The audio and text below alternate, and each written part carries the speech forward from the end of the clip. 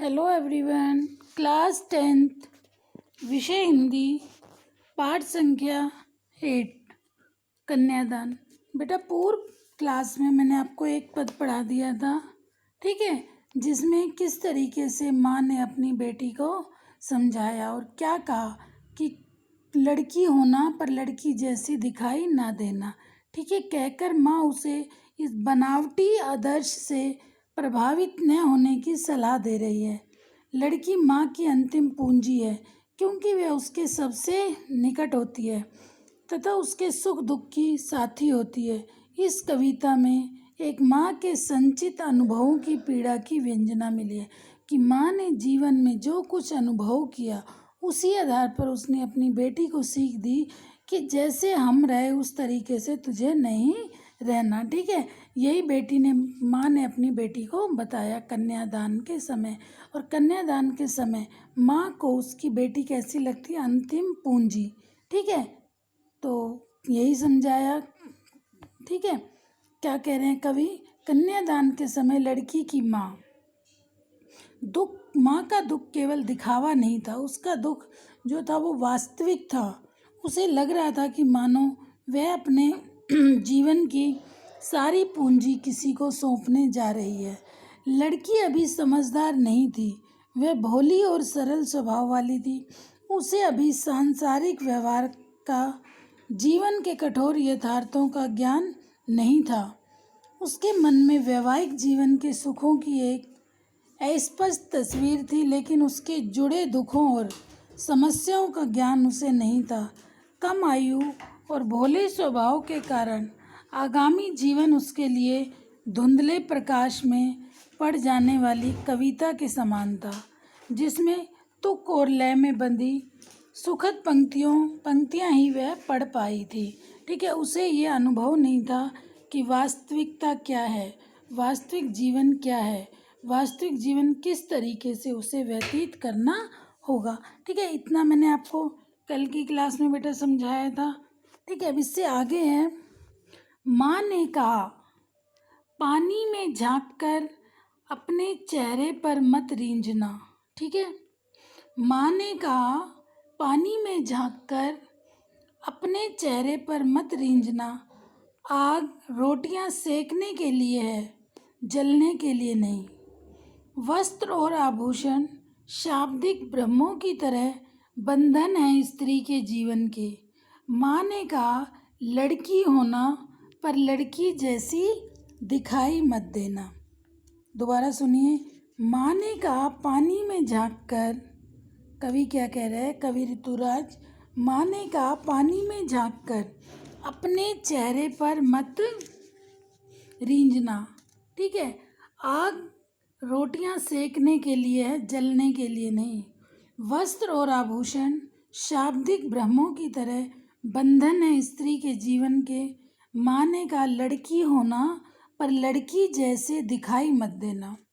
देखिए शब्दार्थ, देखिए झांक कर, देख कर, ठीक है, झांक कर, देख कर, ओके।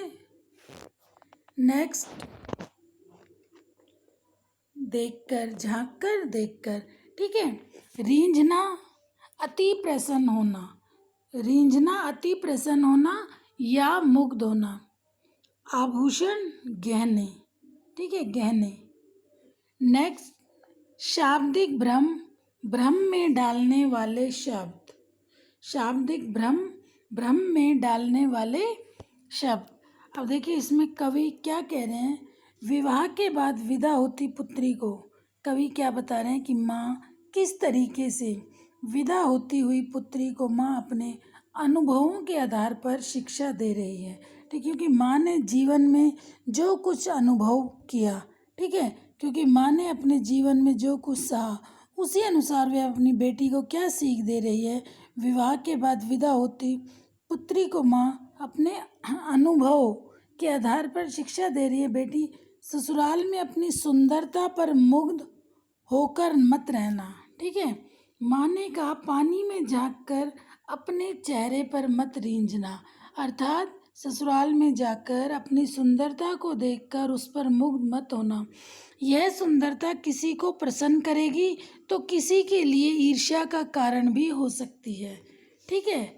माँ ने अपनी बेटी से क्या कहा कि तू अपनी सुंदरता पर ज़्यादा मोहित मत होना, अपने चेहरे की सुंदरता को देखकर ज़्यादा प्रसन्न मत होना, क्योंकि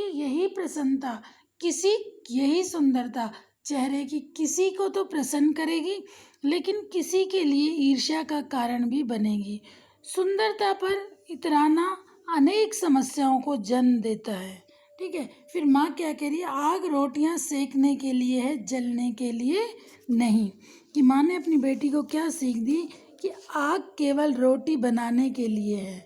कभी भी आवेश या हताश में जल मरने की मत सोचना। चाहे कितनी भी परेशानियाँ आए, कितनी भी मुश्किल आए ससुराल में, तुम्हें ये नहीं हो कि परेशानियों से डरकर आत्महत्या कर लो। तो माँ अपनी बेटी से क्या कह रही है, आग जो है वो रोटी बनाने के लिए है, जलने मरने के लिए नहीं। चुनौतियों का समझ-बूझ और साहस के साथ सामना करना। जो भी चुनौतियां सामने आए उनका सामना करना। बंधन वस्त्र और आभूषण शाब्दिक भ्रमों की तरह बंधन है स्त्री के जीवन के। माँ क्या कह रही है कि ये नारी को बंधन में डालने वाली हथकड़ियाँ हैं। क्या? सुंदर वस्त्र, ठीक है, और कीमती गहने पाकर भ्रम में मत पड़ जाना कि नई नई शादी हो, सुंदर सुंदर वस्त्र मिले, कीमती कीमती गहने मिले, उन गहनों को पाकर भ्रम में मत पड़ जाना।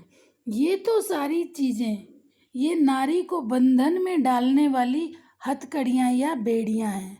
ठीक है, जो नारी को एक बंधन में बांधे रखती हैं। ये उसके व्यक्तित्व को समाप्त करने के मधुर षड्यंत्र होते हैं। बंधन है स्त्री जीवन के, ठीक है, ये उसके व्यक्तित्व को समाप्त करने के मधुर षड्यंत्र होते हैं। क्या क्या माने का? वस्त्र और आभूषण। इन सुंदर वस्त्र और कीमती गहनों को पाकर कभी भ्रम में मत पड़ जाना। ये नारी को बंधन में डालने वाली हथकड़ियाँ और बेड़ियाँ हैं। ठीक है, ये उसके व्यक्तित्व को समाप्त करने के मधुर षड्यंत्र होते हैं। इनके मोह जाल में मत फंसना, अर्थात अपने आप को इनके अंदर मत फंसाना। तुम लड़की है, इस सत्य को मत भूलना। ठीक है, माने का लड़की होना, ये सत्य है कि तू लड़की है, इस बात को मत भूलना। लेकिन तू लड़की होने के कारण दुर्लभ एवं परावलंबी है, अन्याय सहना तेरी नियति है, यह कभी मत सोचना। माँ ने अपनी बेटी से क्या कहा कि माने का लड़की होना, इस सत्य को हमेशा स्वीकार करना कि तू एक लड़की है, पर लड़की जैसी दिखाई मत देना। अर्थात सामान्यतः लड़कियों को कमज़ोर समझा जाता है, ठीक है, दुर्बल समझा जाता है। तो माँ ने अपनी बेटी से क्या कहा कि तू लड़की होने के कारण दुर्बल है, परावलंबी है, अन्याय सहन तेरी नियति है कि कोई कैसे भी अन्याय करे उसे सहन करना है, यह कभी मत सोचना। सहनशीलता के साथ स्वाभिमान को भी मत भूलना। ठीक है, तो ये सीख एक माँ ने विदा होते समय अपनी बेटी को दी कि लड़की होना पर लड़की जैसे दिखाई मत देना, कभी वस्त्र और आभूषणों के बंधन में मत बंधना। ये नारी के लिए हथकड़ियाँ हैं, बेड़ियाँ हैं। अपने चेहरे की सुंदरता पर कभी मत रींझना, क्योंकि तुम्हारे चेहरे की सुंदरता किसी को प्रसन्न कर सकती है और किसी के लिए ईर्ष्या का बहुत बड़ा विषय भी बन सकती है। लड़की होना अर्थात इस बात को कभी मत भूलना कि हाँ, ये सत्य है कि तुम लड़की हो, लेकिन लड़की बनकर मत रहना। अर्थात अगर तुम्हारे ऊपर कोई अन्याय हो, कोई अत्याचार हो, ठीक है, तो कमज़ोर बनकर नहीं रहना, अन्याय का तुम्हें सामना करना है। यही सीख एक माँ ने अपनी बेटी को दी। ठीक है, अब जैसे क्वेश्चन इसमें से बन सकते हैं, विदाई के वक्त माँ ने अपनी बेटी को क्या सीख दी? विदाई के वक्त माँ ने अपनी बेटी को सीख दी कि वे अपने रूप की सुंदरता पर गर्व ना करे। स्त्री जीवन में कौन से बंधन बताए हैं? वस्त्र और आभूषण। ठीक है, वस्त्र और आभूषण ही स्त्री के जीवन के बंधन बताए हैं। माँ को बेटी को समझाने की क्यों आवश्यकता हुई? क्यों ऐसी आवश्यकता पड़ी? जैसे माँ को अपनी बेटी को समझाना पड़ा। बेटी को समझाने की आवश्यकता इसलिए हुई क्योंकि माँ नहीं चाहती कि उसकी बेटी उसकी तरह परंपरागत स्वरूप को अपनाकर संताप भोगे, क्योंकि माँ ने जीवन में जो अनुभव किया उस अनुभव से हटकर उसने अपनी बेटी को सीख दी कि हमने जो कुछ सहा, ठीक है, उसे तुझे सहने की आगे आवश्यकता नहीं है। अगर कुछ गलत है तो गलत का विरोध करना चाहिए, ठीक है। फिर है लड़की जैसी दिखाई मत देना। इससे क्या तात्पर्य? बेटा देखो, ऐसे छोटे छोटे कई क्वेश्चन बन सकते हैं और ये क्वेश्चन आपके 2-2 नंबर के आते हैं। और सीन पोयम भी आती है, तो सीन पोयम मान लो यही पोयम की 5 पंक्तियाँ दे दी और ऐसा क्वेश्चन दे दिया कि माँ को बेटी को समझाने की क्यों आवश्यकता हुई, ठीक है। स्त्री जीवन में कौन से बंधन है? वस्त्र और आभूषण, ठीक है। लड़की जैसी दिखाई मत देना से क्या तात्पर्य है?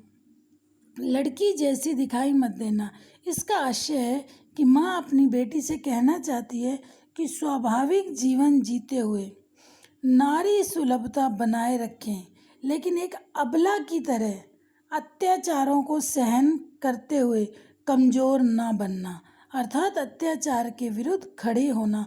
अगर तुम स्वयं गलत नहीं हो तो किसी के द्वारा किए गए अन्याय व अत्याचार को बिल्कुल भी सहन मत करना, अर्थात अपने आप को कमजोर और दुर्बल मत समझना।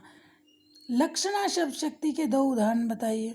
देखिए, आग रोटियां सेकने के लिए, जलने के लिए नहीं।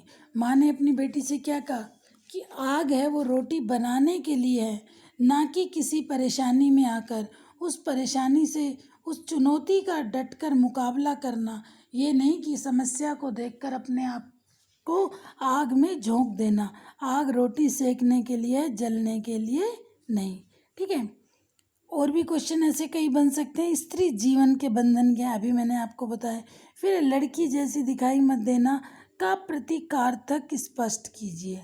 लड़की जैसी दिखाई मत देना का प्रतीकार्थ है नारी स्वयं को अबला रूप में प्रस्तुत करने के कारण ही अपने जीवन को बलि देती है, ठीक है। नारी ये सोचती है कि मैं कमजोर हूँ, दुर्बल हूँ, अबला हूँ। नहीं, नारी अबला नहीं बल्कि सबला है। और वर्तमान समय में तो लड़कियां लड़कों से भी ज़्यादा आगे हैं हर क्षेत्र में, चाहे वो शिक्षा जगत है, चाहे वो राजनीति है, चाहे वो पारिवारिक स्तर है, चाहे धार्मिक स्तर, हर क्षेत्र में लड़कियां लड़कों से आगे हैं, ठीक है।